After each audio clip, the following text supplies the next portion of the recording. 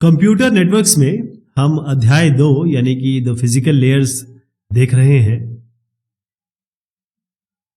From wave forms to bits, यहां हम देखने वाले हैं कि डेटा कम्युनिकेशन, जब हम संचार कर रहे हैं, कम्युनिकेशन कर रहे हैं, बातचीत कर रहे हैं अलग अलग डिवाइसेस में, उसके पीछे थ्योरेटिकल बेसिस क्या है, यानी कि फॉर्मूला, इसके पीछे कोई एक्सप्रेशन, ऐसी क्या चीज है जिसका हम इस्तेमाल करेंगे।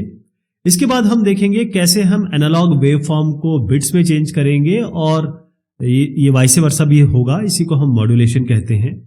और फाइनली मल्टीप्लेक्सिंग के बारे में बात करेंगे कि एक ही मीडियम में हम किस तरीके से एक ही मीडियम को मल्टीपल ट्रांसमिशन के लिए इस्तेमाल कर सकें। The theoretical basis for data communication, सारी चीज आपको यह समझनी है कि यह हम थ्योरेटिकल बेसिस जानना चाह रहे हैं, डेटा कम्युनिकेशन में हो क्या रहा है। आपका ये कंप्यूटर है, आप यहां बैठे हैं, एक और साहब है, मान लीजिए मेरा कंप्यूटर है, मैं यहां बैठा हूं। अब मुझे पता है कि कंप्यूटर जो है वो डिजिटल भाषा में बात करता है, यानी बिट्स के बारे में बात करता है, 0110 में बात करता है। ये भी कंप्यूटर 01 पे बात करेगा। लेकिन जो ट्रांसमिशन मीडिया है वो क्या है? ट्रांसमिशन मीडिया कुछ भी हो सकता है, आपकी कोएक्शियल केबल है, या आपका फाइबर ऑप्टिक है, वायरलेस मीडियम हो सकता है। तो सारी कहानी जो बन रही है कि आपको इन बिट्स को किसी तरीके से यहां इस चैनल पे भेजना है। अब चैनल पे जा रहा है एनालॉग, क्योंकि ये दो वायर है, और इस चैनल पे कैसे इसको भेजेंगे, ये सारी चीजें इस थ्योरेटिकल बेसिस में आएगी। तो इंफॉर्मेशन को हम कैसे भेज सकते हैं? वायर के थ्रू। ये जो वायर है, क्योंकि यहां तो वायर है, वायर के थ्रू हम कैसे भेजेंगे? हमारे पास यहां पर क्या बन सकता है? अब इलेक्ट्रॉनिक्स, इलेक्ट्रिकल में क्या चीज आएगी? या तो वोल्टेज आएगा या करंट आएगा। तो हमारे पास ऑप्शन क्या है? या तो हम वोल्टेज को थोड़ा वेरी करें या करंट को वेरी करें। वेरी मतलब जैसे एक वोल्टेज है V1, V2, V3 ऐसे मान लीजिए ये आपका 5 वोल्ट है, ये 3 वोल्ट है, या ये 2 वोल्ट है, और एक को मान लीजिए आपका 0 वोल्ट है। तो इस वोल्ट पे इसको हमने वेरी कर दिया, वेरी मतलब इसको चेंज कर दिया। इस पे कुछ बात कहें, इस पे कुछ भेजे, इस पे कुछ भेजे, इसके पे कुछ भेजे, इस पे कुछ भेजे। ये हो सकता है कि 5 को हम मान लीजिए 1 मान ले, 1 बिट, और 0 को हम 0 बिट मान ले, क्योंकि हमें तो भेजना तो बिट ही है। ये तरीका हो सकता है। सेम चीज लागू होगी करंट के साथ, आई के साथ। तो अगर हम ये कर सकें, अगर हमारे पास ये पॉसिबिलिटी हो कि इस वोल्टेज को या करंट को किसी तरीके से ऐसा फंक्शन बना दें, या इसको इस फंक्शन के रूप में परिवर्तित कर दें। और फंक्शन क्या होता है? जैसे ये फंक्शन है, इसको हम इस तरीके से लिखते हैं, कोई भी फंक्शन जो, अगर एक फंक्शन fx लिखें, ये हम ऑलरेडी मैथमेटिक्स में पढ़ चुके हैं। फंक्शन का मतलब क्या होता है? जैसे मैंने लिखा ax² + ba, ये फंक्शन है, ये x के हिसाब से वेरी करता है। तो कोई ऐसा फंक्शन अगर हम बना सकें, तो इस फंक्शन को हम बहुत अच्छी तरीके से, इस फंक्शन को कितने अच्छे से हम मैथमेटिकली एनालाइज कर सकते हैं। ये a पता है हमें, b पता है, x², तो ये हमको एक एक्सप्रेशन के रूप में मिल जाएगा। तो अगर हम इस एक्सप्रेशन की तरह लिख सकें इस वोल्टेज या करंट या वेरिएशन को, और इसको हम बोल सकें कि हमारे पास ये कोई एक GT या FT फंक्शन हो गया, तो हम आराम से इसको एनालाइज कर सकेंगे। तो यही काम करने का तरीका, इसी को हम थ्योरेटिकल बेसिस कह रहे हैं। फूरियर एनालिसिस या फूरियर एनालिसिस, सारी जो बात है फूरियर एनालिसिस की वो ये है कि अगर आप घर पे पढ़ रहे हैं और आपको बात समझ में नहीं आ रही है, तो आप ये कह सकते हैं कि अपने ब्रदर से पूछ सकते हैं, या अपनी सिस्टर से पूछ सकते हैं, अपनी बहन या भाई से पूछ सकते हैं, आपको चीजें समझ में आने लगेगी। अगर ये भी नहीं समझ में आ रही है तो आप किसी ट्यूटर के पास जाएंगे, तब आपको समझ में आने लगेगी। तो फूरियर एनालिसिस, सारी कहानी इनकी यही है। जो फूरियर एनालिसिस ये है कि अगर हम टाइम डोमेन में है, टाइम के हिसाब से कोई चीज चेंज हो रही है, जैसे वोल्टेज 1 हुआ, वोल्टेज 2 हुआ, इस T1 पे ये वोल्टेज हो गया, T2 पे ये वोल्टेज हो गया, या T1 पे ये करंट हो गया, T2 पे ये करंट हो गया। ये हम हर चीज वेरी हो रही है टाइम के हिसाब से। लेकिन यहां पर इसको समझना थोड़ा सा मुश्किल पड़ सकता है। या आप मान लीजिए ये आपके पास एक इमेज है, इमेज में अलग अलग पिक्सल्स हैं, तो इसको हम कहते हैं स्पेशल डोमेन। ये आपका स्पेशल डोमेन हो गया। ये मैं आपको जो बता रहा था ये टाइम डोमेन था। अब ये टाइम का इलाका है, स्पेशल का इलाका है। अब इसमें मान लीजिए कुछ आपके पिक्सल्स हैं जिनकी कुछ फ्रीक्वेंसी है, तो क्यों ना हम इनको फ्रीक्वेंसी डोमेन में कन्वर्ट कर सके। फ्रीक्वेंसी क्या होता है, एक नंबर कितने बार आ रहा है, इसी को हम फ्रीक्वेंसी कहते हैं। तो क्या अगर हम इस डोमेन में नहीं समझ पा रहे हैं, जैसे मैंने बताया, अगर आप यहां नहीं समझ पा रहे हैं तो आप ट्यूटर के पास चले जाएं, ज्यादा अच्छे से समझ जाएंगे। तो अगर स्पेशल और टाइम डोमेन में नहीं समझ पा रहे हैं तो क्यों ना इसको फ्रीक्वेंसी डोमेन में ले जाया जाए, तब हम आराम से पता कर सकते हैं। तो इन्होंने यही किया। फूरियर एनालिसिस का मेन जो मंत्र है वो यही है कि टाइम डोमेन से हम ले जाते हैं अपने कंटेंट को फ्रीक्वेंसी डोमेन में और फिर वहां एनालाइज करते हैं। तो उसका तरीका क्या है, पहले मैं आपको, इससे पहले कि आगे बढ़ूं, मैं इनके बारे में थोड़ा बताना चाहूंगा। ये साहब हैं जॉन बैप्टिस्ट जोसेफ फूरिये। इसमें आखिर में आर नहीं लगता है, फूरिये बोलते हैं इनको। अब 1768 से 1830 तक ये रहे। 1807 में इनका एक आइडिया था जिसको क्रेजी आइडिया कहा गया। क्रेजी आइडिया इसलिए कहा गया क्योंकि इन्होंने ये कहा कि कोई भी पीरियोडिक फंक्शन का मतलब ऐसा फंक्शन जो हर पीरियड के बाद, हर एक समय के बाद पुनरावृत्ति करे या हर बार वो एक जैसा दिखाई दे, हर एक समय के बाद वो एक जैसा दिखाई दे। इन्होंने कहा जो पीरियोडिक फंक्शन है उसको हम वेटेड सम ऑफ साइन और कोसाइन में लिख सकते हैं, अलग अलग फ्रीक्वेंसी के साथ। अब ये जो इन्होंने बात की ना, आदि लोगों को तो समझ में नहीं आई, और जो समझदार लोग थे जैसे कि लैग्रेंज साहब थे, लैप्लास साहब थे, पॉइजन साहब थे, ऐसे बहुत बड़े बिग विग्स, यानी बहुत बहुत धुरंधर लोगों के बारे में बात कर रहा हूं, इन्होंने भी इसको बिलीव नहीं किया।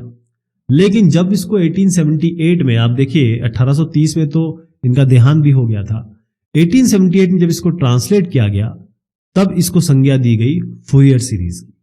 तो फूरियर सीरीज या फूरियर सीरीज, ये जो आप देख रहे हैं यही इन्होंने बनाया। इन्होंने एक फॉर्मूला बनाया, इन्होंने एक एक्सप्रेशन बनाया। इन्होंने ये कहा कि कोई भी टाइम वेरिंग पीरियोडिक सिग्नल, पहले तो आप समझ लीजिए कि सबसे पहले जो ये फूरियर साहब का कहना था कि फंक्शन जो होना चाहिए वो पीरियोडिक फंक्शन होना चाहिए। उन्होंने कहा फंक्शन होगा जीटी, फंक्शन कोई भी हो सकता है, जी कोई भी नाम ले लीजिए, जी रख लीजिए, एफ रख लीजिए, और ये टाइम के हिसाब से वेरी कर रहा है, ठीक है, और टाइम के हिसाब से वेरी कर रहा है, और ये पीरियोडिक फंक्शन है टी, मतलब हर बार ये आपको पुनरावृत्ति होगी। जैसे फॉर एग्जांपल मैं आपको बताता हूं, साइन फंक्शन ये रिपीट करता है ना इनका, या कॉस फंक्शन, ये हर 2 पाई के बाद आपको एक जैसे ही दिखाई देगा, हर 360 डिग्री के बाद एक जैसा दिखाई देगा। तो इन्होंने कहा कि कोई भी फंक्शन जो कि पीरियोडिक होगा उसको हम साइन और कोसाइन के सम में लिख सकते हैं, ऐड करके लिख सकते हैं। और इन्होंने कहा इसमें एक और चीज जोड़ी, वेटेड सम। अब मैं आपको बताता हूं, जो इन्होंने फाइनल जो चीज बनाई वही ये दोनों चीज बिल्कुल सेम है। इन्होंने कहा कि हमने ये बनाया, और यहां पर एक एक चीज को देखिएगा, यहां पर है साइन का टर्म, वेटेड साइन कैसे हो गया, क्योंकि इसके आगे ए एन लग गया। जैसे ये हो गया कॉस का टर्म, इसके आगे वेटेड कैसे हो गया, ये बी एन लग गया, और ये एक कांस्टेंट टर्म है। इसमें ये जो एफ बताया इन्होंने, ये कहा कि ये आपका, क्योंकि यहां पर मैं बात कर रहा हूं किसकी, पीरियड की, तो फ्रीक्वेंसी क्या है, नंबर ऑफ ऑसिलेशन पर सेकेंड। फ्रीक्वेंसी होता है 1/टाइम, हर्ट्ज में नापा जाता है ये। इसको कहा इन्होंने फंडामेंटल फ्रीक्वेंसी होगी ये। और इसके अलावा ये जो ए एन और बी एन है, ये कोएफिशिएंट्स हम देख रहे हैं, लेकिन इन्होंने समझाया कि ये साइन और कोसाइन के एम्पलीट्यूड्स होंगे। तो जो हमारा कोएफिशिएंट होगा वो एम्पलीट्यूड होगा nth हार्मोनिक का, nth टर्म का, मतलब अभी आपको बताता हूं मैं। देखिए अगर मैं इसको ये कांस्टेंट टर्म को छोड़ रहा हूं, ये तो खैर कांस्टेंट टर्म जो होता है ये आपको बताएगा कि मीन वैल्यू क्या होगी फंक्शन की। जो भी फंक्शन होगा, आपको हर फंक्शन का पता है कि एक मीन वैल्यू होती है, वो आपको ये कांस्टेंट बताता है। तो कांस्टेंट का ये मतलब भी समझ लीजिए, ये कांस्टेंट क्यों आया, ये अक्सर हम लोग हमेशा ओरिजिन से बात करते हैं और नॉर्मल लाइफ में हमेशा ओरिजिन पे नहीं रहते हैं। अभी आपको एग्जांपल से भी समझाऊंगा, इसीलिए कांस्टेंट टर्म जोड़ा है। अल्टीमेटली इनका जो कंटेंट है वो यहां से यहां तक है। अब इसको मैं लिख देता हूं, एक छोटी सी चीज लिखने की कोशिश करता हूं। जैसे मैंने लिखा 5 साइन, अब इस पूरे को मैं थीटा लिख दे रहा हूं, प्लस 12 कॉस थीटा। अब ये साइन का टर्म हो गया, ये कॉस का टर्म हो गया। साइन का क्या आ गया यहां पर, ये वेटेड 5 इसका वेट है, कॉस का कितना हो गया 12 वेट हो गया। ये मैंने कहा कि जब मैंने n को 1 दिया, इसी तरीके से अगर n को 2 दे दें हम, तो हो सकता है ये 12 साइन थीटा और 13 कॉस थीटा बन जाए। ये हो गया। तो ये जो आप देख रहे हैं ना, ये आपके हार्मोनिक्स है। ये टर्म, ये आपका n = 1 टर्म है, ये n को जब 2 देंगे तब ये टर्म है, तो ये आपके हार्मोनिक्स हो गए। और ये जो डिकम्पोजिशन इन्होंने किया, इसी डिकम्पोजिशन को इसी फॉर्मूले को फूरियर सीरीज कहा गया। अब ये तो इन्होंने बना दिया, ये वाला टर्म तो इन्होंने बता दिया कि भाई ये हमारी फूरियर सीरीज है, लेकिन इसमें सवाल उठता था कि ये an कहां से लाओगे आप, क्योंकि ये जो नंबर आप दे रहे हो, वेटेड सम बता रहे हो, ये वेट कहां से आएगा, कोएफिशिएंट कहां से आएगा, bn कहां से आएगा, ये कांस्टेंट टर्म कहां से आएगा। तो उसका भी तरीका है। जो फूरियर सीरीज है, यहां पर इन्होंने देखिए n को 1 से लेकर इनफाइनाइट तक दिया। कहने का मतलब ये है किसी भी फंक्शन gt फंक्शन को हम साइन और कोसाइन में लिख सकते हैं, और जब 1 से लेकर इन्फिनिटी तक हम ये सारे टर्म्स को जोड़ेंगे तो हमारा ये ओरिजिनल फंक्शन वापस आ जाएगा। ये आप एग्जाम्पल में भी देखेंगे। फूरियर सीरीज में फंक्शन को हम रिकंस्ट्रक्ट कर सकते हैं, यानी फंक्शन को हम फूरियर सीरीज में लिख सकते हैं और फूरियर सीरीज से लेकर हम फंक्शन भी बना सकते हैं। यानी अगर हमारे पास टाइम पीरियड हो, ये जो मैंने आपको बताया था टाइम पीरियड यानी फ्रीक्वेंसी 1/t, अगर हमारे पास ये एम्पलीट्यूड्स हो, ओरिजिनल फंक्शन को हम कैसे निकाल सकते हैं, उसको हम निकाल सकते हैं इसका सम करके। इसका सम इनको जोड़ेंगे, ये आपका ओरिजिनल फंक्शन निकल आएगा। यानी कि अगर आपको ये फंक्शन आपके पास है, बहुत अच्छी बात है, नहीं याद तो आप इन दोनों को जोड़ के इनफाइनाइट तक जाके आप ये ओरिजिनल फंक्शन ला सकते हैं। तो आपको इसको इस तरीके से समझना पड़ेगा कि आपके पास मान लीजिए इस तरीके का एक, मान लीजिए ये आपका 0 से लेकर t तक है, तो ये जो 0 से t तक है वो t से लेकर 2t तक रहेगा, 2t से लेकर 3t तक रहेगा। यानी कि यहां पर ये पीरियोडिक फंक्शन है, ध्यान रखिएगा, हम हमेशा पीरियोडिक फंक्शन के बारे में बात कर रहे हैं। अब सबसे बड़ी बात है कि हम ये an कहां से लाएंगे, bn कहां से लाएंगे और c कहां से लाएंगे। तो आपका बहुत आसान है, इस पूरे को करना क्या है, पूरे को मल्टीप्लाई कर दीजिए। अब मैं जरा ये हटा रहा हूं क्योंकि एक एक करके दिखाता हूं आपको। पूरे को मल्टीप्लाई करना है आपको साइन, पूरे को साइन 2 पाई के एफ टी से, 2 पाई एन एफ टी तो दिख ही रहा है आपको, 2 पाई के एफ टी से करेंगे। अब यहां पर आपको जब सबको मल्टीप्लाई कर देंगे, पूरे को, हर एक टर्म को मल्टीप्लाई करना है, और फिर इसका इंटीग्रेशन सारों का, दोनों साइड को इंटीग्रेशन करेंगे 0 से लेकर t तक। ये मल्टीप्लाई करने के बाद इसको भी 0 से लेकर t तक करेंगे, तो सारे के सारे जो टर्म्स हैं वो आपके bn वाले हट जाएंगे। ये हमारा, आपको ट्रिग्नोमेट्री का इतना आइडिया होना चाहिए। हमारे पास केवल an आ जाएगा, और an क्या आएगा, ये वाला टर्म आएगा। अब आप कहेंगे an तो आ गया, bn कहां से आएगा, तो उसका भी तरीका है, इसको भी मैं क्लियर करके बता देता हूं। अभी आपने क्या मल्टीप्लाई किया था, साइन 2 पाई के एफ टी से सबको किया था। अब पूरे को आप हर एक टर्म को मल्टीप्लाई कर दीजिए, हर एक टर्म को cos 2 पाई के एफ टी से, और फिर इंटीग्रेशन कहां से करेंगे, सारे को, दोनों साइड को मल्टीप्लाई करने के बाद 0 से लेकर t तक इंटीग्रेट कर दीजिए। जो आपकी ट्रिग्नोमेट्रिक फंक्शंस हैं उसकी प्रॉपर्टीज लगाएंगे तो सारे के सारे टर्म्स हट जाएंगे, केवल आपको मिल जाएगा bn। पहले an मिल गया था जब हमने साइन से मल्टीप्लाई किया था, फिर bn मिल जाएगा जब हम cos से मल्टीप्लाई करेंगे। अब आपको कांस्टेंट टर्म चाहिए, तो कांस्टेंट टर्म कहां से निकल के आएगा, आपको कुछ नहीं करना है, दोनों साइड को आपको इंटीग्रेट कर देना है, बस आपको कांस्टेंट टर्म मिल जाएगा। तो ये भी इन्होंने किया, ये भी इन्होंने करके दिया है फूरियर सीरीज में। तो फाइनली आप ये जो देख रहे हैं an, bn और ये c, ये सारे टर्म आपके ऐसे आ जाएंगे। यही फूरियर सीरीज है, फूरियर का एक्सप्रेशन ये है। और इसमें जो कांस्टेंट ये आपके जो दिख रहे हैं, या आप ये कहें कि हार्मोनिक्स हैं या कोएफिशिएंट कहें या कांस्टेंट कहें, वो आपको इस तरीके से मिल जाएंगे। अब इन सब का रेलेवेंस क्या है डेटा कम्युनिकेशन में, इन सब का या फूरियर सीरीज का रेलेवेंस यही है कि हम टाइम डोमेन से फ्रीक्वेंसी डोमेन में जा सकते हैं, फ्रीक्वेंसी डोमेन से टाइम डोमेन में जा सकते हैं, और जब हम किसी भी सिग्नल को सिग्नल की तरह दिखा सकते हैं तब उसे हम अच्छी तरीके से एनालाइज कर सकते हैं। पहली चीज ध्यान रखिएगा, जिस भी चैनल पे, चाहे आप कोएक्शियल केबल लें, फाइबर ऑप्टिक लें, वायरलेस लें, किसी चैनल पे भी अगर आप जाएं तो अलग अलग फ्रीक्वेंसी सिग्नल अलग अलग तरीके से अफेक्ट होते हैं।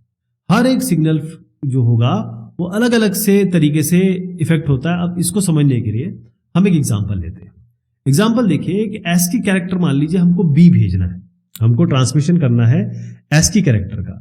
अब B कैरेक्टर क्या होता है, ASCII में अगर इसको लिखेंगे हम 8 बिट बाइट में इसको लिखते हैं, तो इसको लिखा जाएगा B का, आपको ASCII अगर वैल्यू पता हो तो यह है 0 1 1 0 0 0 1 0। मैं बता भी देता हूं, ये आपका 2 4 8, ये 16, ये 32 और ये 64। तो उसको आप जोड़ेंगे 64, 32 और 2 को, तो ये आपका आता है 98। और यही आपका बी का होता है ना। बी जो है उसका एस की वैल्यू 9080 होती है, तो ये हमने लिख दिया। अब आप देखेंगे यहां पर यही नंबर लिखा है 0 1 1 0 0 0 1 0, ये हम भेजना चाहते हैं। अभी ये लेफ्ट पार्ट देख रहे हैं, ये कहां से आया है? ये कंप्यूटर ट्रांसमिट कर रहा है। और क्या ट्रांसमिट कर रहा है? ये वोल्टेज, ये वोल्टेज है इसके। इस तरीके से वोल्टेज हम रिप्रेजेंट कर सकते हैं। अब इसी को हम फूरियर एनालिसिस करा रहे हैं, इन्हीं वैल्यूज का फूरियर एनालिसिस करेंगे। अब फूरियर एनालिसिस में अगर आप देखेंगे तो हमको निकालना क्या है? ये कोएफिशिएंट और ये सी, तो ये वैल्यू निकल के आ जाएगी। अब ये कैसे आई है, ये भी एक बहुत बड़ा सवाल है, लेकिन मैं इसका थोड़ा सा आपको हिंट दूंगा, बहुत डिटेल में नहीं जाऊंगा, लेकिन आपको ये बताऊंगा कि अगर हम ये बिट स्ट्रीम भेजना चाहते हैं और इस बिट स्ट्रीम को अगर हम फूरियर में चेंज करना चाहते हैं, इसके कोएफिशिएंट तो कैसे बनेंगे, उसके लिए थोड़ी सी आपको इंटीग्रेशन और ये सारी चीजें आपको आनी चाहिए, डिफरेंशिएशन, बहुत सारी चीजें आपको आनी चाहिए। पहले मैं आपको बता दूं कि इसमें हो क्या रहा है कि अगर मैं इस बिट स्ट्रीम को लिख रहा हूं 0 1 1 0 0 0 1 0, ये आपका क्या है? बी भेज रहे हैं। अब बी जब भेज रहे हैं, इसमें ध्यान रखिए कांस्टेंट क्या है। सबसे पहले कांस्टेंट टर्म निकाल लेते हैं। जो कांस्टेंट टर्म है वो है, यहां पर कांस्टेंट टर्म बताया गया है n/4। n क्या है? n जो है कितने वंस है, कितने वंस है इसमें? तो 1 2 3, 3 वन है, n की जगह 3 रख देता हूं, 3/4, तो कांस्टेंट तो निकल के आ गया 3/4। अब आपको चाहिए an और bn। तो सबसे बड़ी बात यह है कि जब भी आप an bn निकालने चलेंगे तो आपको ये फंक्शन चाहिए gt। मेन तो सारा बात gt पे हो रहा है ना। तो आप देखिए, अगर मैं 0 से 1 तक जाता हूं, 1 से 1 तक जाता हूं, 1 से 0 तक जाता हूं, तो ये पीस वाइज, हम हमेशा इसका इंटीग्रेशन पीस वाइज करते हैं, यानी एक एक पार्ट को लेके करते हैं। तो 0 से 1 पे ये फंक्शन क्या है? कांस्टेंट फंक्शन है। अगर आप इसको इस तरीके से देखिए, मैं यहां पर x, मान लीजिए यहां पर x 0 पे हूं और यहां से मुझे 1 पे जाना है, तो यहां से यहां तक मेरा एक कांस्टेंट फंक्शन हुआ। फिर 1 से 0 ये भी फंक्शन हुआ। या अगर और कोई वैल्यू होती, मान लीजिए 2 to 3 होती, तो अगर मैं यहां पर 2 to 3 जा रहा हूं, तो मान लीजिए मेरे यहां पर 2 पे हूं और यहां से 3 पे जा रहा हूं, यहां ले लीजिए। तो अभी मैं इसको इस तरीके से डील करूंगा, पीस वाइज, इसको अलग इसको अलग। तो जब पीस वाइज जाएंगे तो हमारे जीटी जो फंक्शन है, एक्चुअल फंक्शन, वो हो गया कांस्टेंट फंक्शन। कांस्टेंट फंक्शन हो गया, तो जीटी को आप भूल जाइए आप, क्योंकि ये कांस्टेंट हो गया। लेकिन ये तभी भूल पाएंगे जब हम इसको पूरा इंटीग्रेट करेंगे, 0 से 1, फिर 1 से 1, फिर 1 से 0, फिर 0 से, ऐसे करके। तो उसके लिए हमारे पास क्या टर्म है? हमने यहां पर एक बहुत अच्छा तरीका अपना लिया कि के इंटीग्रेशन कहां से कर रहे हैं हम, ये टर्म आपको पता है, ठीक है जी। मैं ये वाला बता रहा हूं आपको, हम an और bn निकालने का तरीका बता रहे हैं। तो 2/t तो देख ही रहे हैं आप, 0 to 2t जा रहे हैं। 0 to t जाने का मतलब क्या है कि हम इसको पीस वाइज कर रहे हैं। तो हमने क्या किया, kt/8 कर दिया और k + 1 t/8। ये क्यों किया? क्योंकि हमको हर एक, ये 0 to 8 जा रहा है ना, तो पहले हम 0 to 1 जाएंगे, फिर 1 to 2 जाएंगे, 2 to 3 जाएंगे, तो ये हम लोग अल्टीमेटली 7 तक पहुंचेंगे। तो हर बार जब इंटीग्रेट करेंगे तो कांस्टेंट टर्म gt मैंने बता दिया आपका 1 हो गया, यहां पर भी gt 1 हो गया। ये आपका ये क्योंकि कॉस वाला टर्म है तो आप निकाल रहे हैं यहां पर bn, तो ये वाला bn टर्म आ गया, और ये आपका साइन है तो ये आपका an टर्म आ गया। और फाइनली आप क्या करेंगे, इसको इंटीग्रेट करेंगे और ये k के टर्म में रख दीजिए। अब इसको, ये जो k प्लस मैंने बताया ना आपको, हर 8 इसलिए क्योंकि 8 बिट्स है, इसलिए ये जो बनाया है kt/8 इसलिए बनाया है। हर बार k to k + 1 जाना है, पहले ये 0 से 1 रहेगा, फिर 1 to 2 रहेगा, ऐसे करके। तो ये an bn टर्म आ गया। अब आपको क्या करना है, ये जो फाइनल टर्म आ गया, ये वाला टर्म आ गया और ये वाला टर्म आ गया। इसमें क्योंकि यहां पर जो बिट में 1 1 1 तीन ही जगह पे है, कौन सी जगह पे है? 1 to 6, 1 to 6, तो 1 to 6 जगह पे है। तो यहां पर आपको 1 या n की जगह, ये आपके जो k की जगह आपको एक बार 1 रखना है, फिर 2 रखना है, फिर 6 रखना है। यहां पर भी क्या रखना है, k की जगह 1 2 6, और वो तीनों टर्म को जोड़ देना है। तो आपका ये पहला टर्म 1 के साथ, दूसरा टर्म 2 के साथ, तीसरा टर्म 6 के साथ, तो ये आपका आ गया। इसी तरीके से इसमें भी यही काम करेंगे तो ये टर्म आ गया। तो ये फाइनली जो ये आया है बुक में, जो दिया हुआ है आपके टेनेनबॉम में, वो ऐसा आया है। चलिए, ये तो मैंने बहुत ब्रीफ में बताया। अब हमारे पास ये टर्म कैसे आया आपको समझ में आ गया, थोड़ा आइडिया लग गया होगा, बहुत डीप में मैंने गया, लेकिन यहां पर आपको ये टर्म समझ में आ गया कि कैसे आया। अब हमको करना क्या है कि ये जो टर्म है और ये जो टर्म है, इसमें हम, ये जैसे n है, अब n में हम 1 रखेंगे। तो जब n में 1 रखेंगे तो हमारा ये फर्स्ट हार्मोनिक आएगा, और फिर हम क्या करेंगे कि इसका स्क्वायर लेंगे, इसका स्क्वायर लेंगे और अंडर रूट कर देंगे। तो ये जो आप देख रहे हैं ना, ये पहला यहां से यहां तक जो लाइन देख रहे हैं वो basically root mean square amplitude है, ये पहले टर्म का। इसी तरीके से n यहां पर 2 रख दीजिए, ये आपका मतलब n को ये 2 रखेंगे, उसके बाद इसका स्क्वायर करेंगे, दोनों को जोड़ेंगे, अंडर रूट करेंगे, तो ये सेकंड हार्मोनिक आएगी। तो ये मल्टीपल हार्मोनिक यहां पर दिखाई, मैं दिखा देता हूं आपको। हमने किया क्या है, जो 1 रखने के बाद दोनों का स्क्वायर किया, ऐड कर दिया, अंडर रूट ले लिया, इसलिए इसको आरएमएस एम्पलीट्यूड कह रहे हैं। तो ये अलग अलग वैल्यूज आ गई, आप 15 तक पहुंचिए, n को 15 रखिए, तो यहां तक आप आ जाएंगे। तो स्क्वायर्स जो इसके इन वैल्यूज के हैं, हमने ये जो स्क्वायर बताए, ये एनर्जी से प्रोपोर्शनल है और ये किसी एक फ्रीक्वेंसी पे जा रहे हैं, ये अलग अलग फ्रीक्वेंसीज पे जा रहे हैं। तो हर एक फ्रीक्वेंसी पे आपको नई नई चीज मिल रही है। ध्यान रखिएगा, कोई भी ट्रांसमिशन जो होता है वो बगैर लॉस के नहीं जा पाएगा। सिग्नल का लॉस होता ही होता है, पावर का लॉस होता ही होता है। लेकिन जो फूरियर कंपोनेंट्स हमारे निकल के आए हैं, जो कंपोनेंट्स हमारे निकल के आए हैं, ये जो फूरियर कंपोनेंट्स हैं, ये अगर आप देखें तो ये रिड्यूस हो सकते हैं एक साथ, लेकिन डिस्टॉर्ट कभी भी नहीं होंगे। कभी भी ये शेप उनका वही रहेगा। ये हो सकता है कि एम्पलीट्यूड कम ज्यादा हो जाएगा। अब इसको समझने की कोशिश करेंगे, लेकिन उससे पहले मैं आपको थोड़ी एक बात बता दूं। देखिए, ये कैसे बिट हम भेजते कैसे बिट, और इसको हम इस बिट को कैसे यहां लेके आएंगे और कितनी हार्मोनिक्स की जरूरत पड़ेगी, क्योंकि ये तो अनएंडिंग है। हमको कहीं ना कहीं तो लिमिट करना पड़ेगा कि कितने हार्मोनिक्स पे या कितने हमारे ये पैरामीटर्स चाहिए ताकि हम बिट्स को ध्यान से भेज सकें। उससे पहले आपको समझना होगा बैंडविड्थ लिमिटेड सिग्नल्स। अब बैंडविड्थ लिमिटेड सिग्नल्स में जैसे आपको बताया, जितनी भी ट्रांसमिशन हो रही है, जितने भी फूरियर कंपोनेंट्स आएंगे, चाहे आप an के बारे में बात करें, bn के बारे में बात करें, या फूरियर सीरीज की कुछ भी जितने भी कंपोनेंट आ रहे हैं, वो अलग अलग अमाउंट पे इफेक्ट हो रहे हैं। तो इसका मतलब इन डिस्टॉर्शन वाकई में आता है। कभी भी ऐसा नहीं होता कि आप जो भेज रहे हैं वही मिल जाए। अगर आप किसी वायर के बारे में बात कर रहे हैं, तो जो एम्पलीट्यूड होता है वो मोस्टली 0 से लेकर एक फाइनल फ्रीक्वेंसी fc, मतलब एक हम फ्रीक्वेंसी मान लेते हैं, वहां तक वो पहुंचता है। मतलब एक 0 से लेकर एक फ्रीक्वेंसी।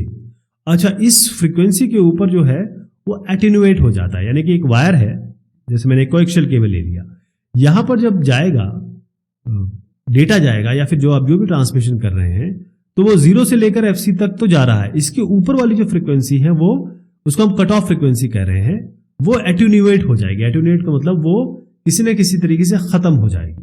तो यहां पर एक कॉन्सेप्ट आता है बैंडविड्थ का। तो width of the frequency range transmitted without being strongly attenuated is called bandwidth.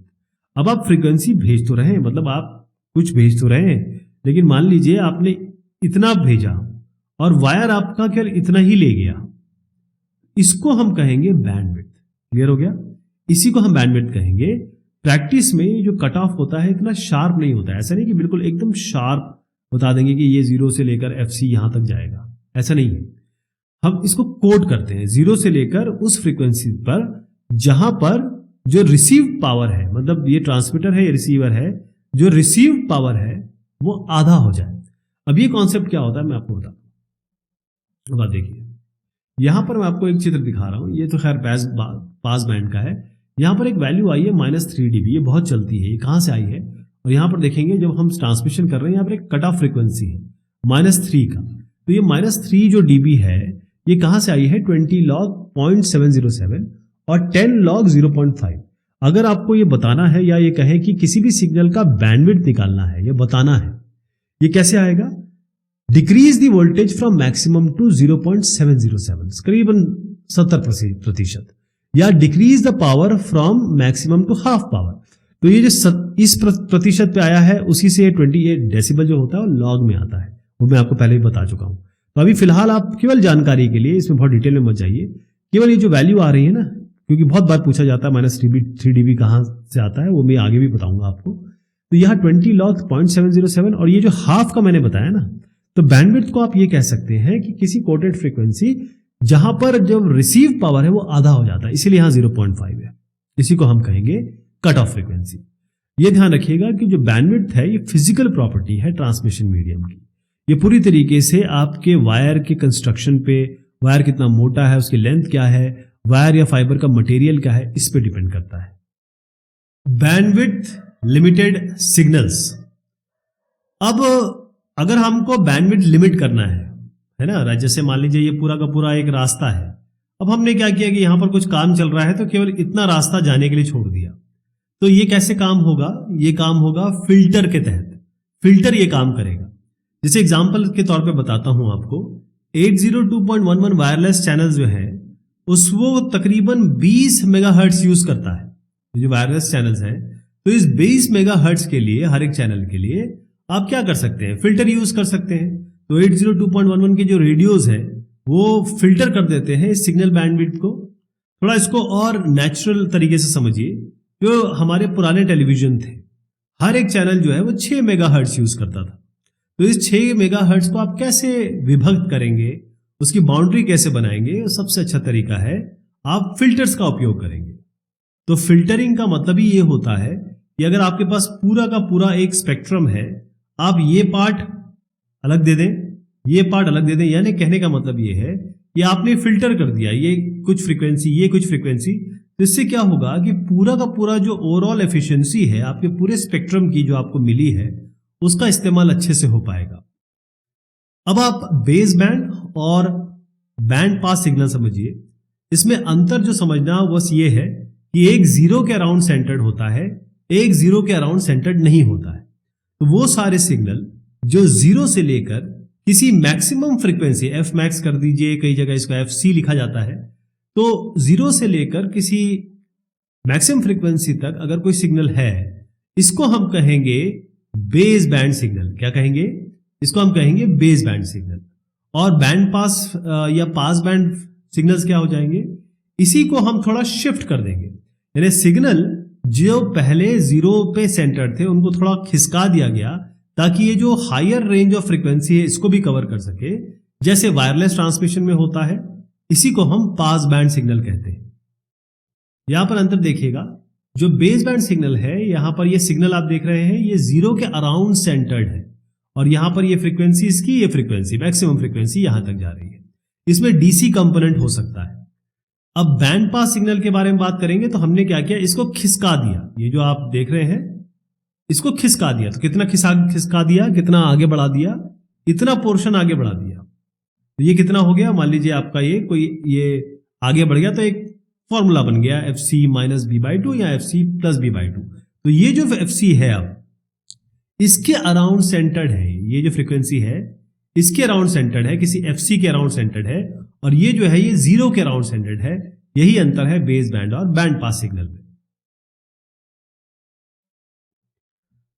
अब यहां पर जब हम ये बिट्स भेज रहे हैं, बिट स्ट्रीम भेज रहे हैं, ये बिट स्ट्रीम का ये अलग अलग हार्मोनिक्स मैंने आपको बताया था कि हर इसका हम ए एन और बी एन यानी कि जो कंपोनेंट्स थे, फूरियर कंपोनेंट निकालते थे, इनका स्क्वायर करते थे, इन दोनों को ऐड करके अंडर रूट करते थे। अब उनकी ये वैल्यूज है। अगर हम केवल एक हार्मोनिक भेजते हैं, यानी कि n इक्वल्स 1, केवल एक हार्मोनिक भेजते हैं, तो हमें क्या मिलेगा? क्या हम इन सिग्नल को या इस बिट्स को अच्छे से रिप्रेजेंट कर पाएंगे? करने की कोशिश करते हैं। ये हो गया 0, ये 1। चलिए 1 1 करके देखते हैं क्या आपको मिल रहा है। ये मिल रहा है।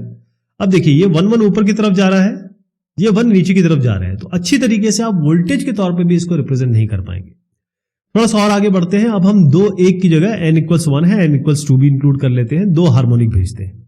तो इससे क्या होगा, अब आप रिप्रेजेंट करने की कोशिश करिए। ये भी ऊपर जा रहा है 1, ये भी ऊपर जा रहा है 1, ये भी आपका 1 है। लेकिन यहां पर एक दिक्कत आ रही है कि ये इसका क्या करेंगे, ये भी बहुत अच्छे से रिप्रेजेंट नहीं कर पा रहा है, यानी कि 2 हार्मोनिक्स में काम नहीं चलेगा। इसी तरीके से आगे बढ़ते देखिए आप, 4 हार्मोनिक में ये 1 है, ये 1 है, 0 को भी देखना है ना, ये 1 है, ये 1 है। थोड़ा ये अच्छे से रिप्रेजेंटेशन आपको मिल रहा है इसका, यहां पर आपको अच्छे से रिप्रेजेंटेशन मिल रहा है। लेकिन अभी भी बहुत अच्छी से डिस्टिंक्शन नहीं मिल रहा है 0 का, क्योंकि ये यहां पर भी तो 0 रिप्रेजेंट हो रहा है। हमको बिल्कुल क्लियर डिस्टिंक्शन मिलना चाहिए। थोड़ा सा और आगे बढ़ते हैं। अब हम आ जाते हैं 8 हार्मोनिक पे। इसको देखिए, ये 1 है, ये 1 रिप्रेजेंट कर रहा है, ये भी 1 रिप्रेजेंट कर रहा है। ये सारे पीक्स दिख रहे हैं आपको। और जो ये वाला पोर्शन है, ये 0 क्योंकि नीचे की तरफ जा रहा है, ये 0 नीचे की तरफ जा रहा है, ये 0 नीचे की तरफ जा रहा है। तो इसका मतलब ये हुआ कि हमको ये तय करना पड़ेगा, ये जानना पड़ेगा कि कितने हार्मोनिक्स चाहिए या कितने फूरियर कोएफिशिएंट चाहिए जो कि पूरे उचित होंगे, जितनी की जरूरत होगी, ताकि हम इस सिग्नल को रिट्रीव कर सकें। क्योंकि हम जब एक कंप्यूटर से इस बिट को 8 बिट को भेज रहे हैं तो दूसरे कंप्यूटर पे इसको रिट्रीव भी करना है, मतलब ट्रांसमीटर ट्रांसमिट तो कर देगा, रिसीवर इसे रिसीव भी कर सके, क्योंकि चैनल तो आप ये यूज कर रहे हैं। ये क्यों कर रहे हैं? क्योंकि आप चैनल पे भेज रहे हैं, लेकिन आपको रिट्रीव भी तो करना है। और ये ध्यान रखिएगा कि चीजें रास्ते में खराब होती हैं, अच्छी नहीं होती हैं।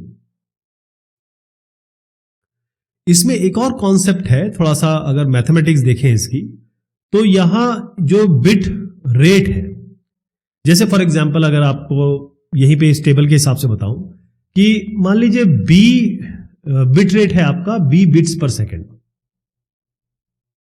जो समय लगेगा 8 बिट, क्योंकि हम 8 बिट का एग्जांपल लेके चल रहे हैं, वो कितना लगेगा, जो टाइम भेजने में लगेगा एक बिट का, आप मान लीजिए 8/20 सेकेंड। ठीक, अब इसी को आप फ्रीक्वेंसी में कन्वर्ट कर दीजिए तो उसको उल्टा कर दीजिएगा, क्योंकि फ्रीक्वेंसी टाइम का उल्टा होता है, तो ये हो जाएगा आपका b/8 हर्ट्ज। इस मैथमेटिक्स में आपको नहीं जाना है, मैं बस आपको ये बता रहा हूं कि मान लीजिए कोई ऑर्डिनरी टेलीफोन लाइन है, इसमें हमारे पास हम ऑलरेडी एक कट ऑफ फ्रीक्वेंसी डाल के रखते हैं, जैसे 3000 हर्ट्ज की ऑलरेडी इसमें फिक्स होती है। अब कितने हार्मोनिक्स या कितने फूरियर कोएफिशिएंट्स या कितनी जरूरत हमको पड़ेगी ताकि हम यहां से जब फोन करें और कोई बोले तो यहां से वो उसको प्रॉपर सुन सके। अब इसी अगर फॉर्मूले को b/8 हर्ट्ज को दिखा जाए, और मैंने कहा इसी एग्जांपल के हिसाब से 3000 हर्ट्ज जो है इसको कट ऑफ फ्रीक्वेंसी इंट्रोड्यूस की गई, तो ये यहां पर हम इसको फ्रीक्वेंसी ले लेते हैं, ये आपकी फ्रीक्वेंसी है, दोनों को डिवाइड कर देते हैं, तो तकरीबन 3000/b/8 यानी कि ये हो गया 24000/b। अगर कट ऑफ फ्रीक्वेंसी शार्प नहीं है तो भी आपकी 24000/b आ जाएगा। ये b आपका बिट बीपीएस है, ये बता रहा हूं मैं।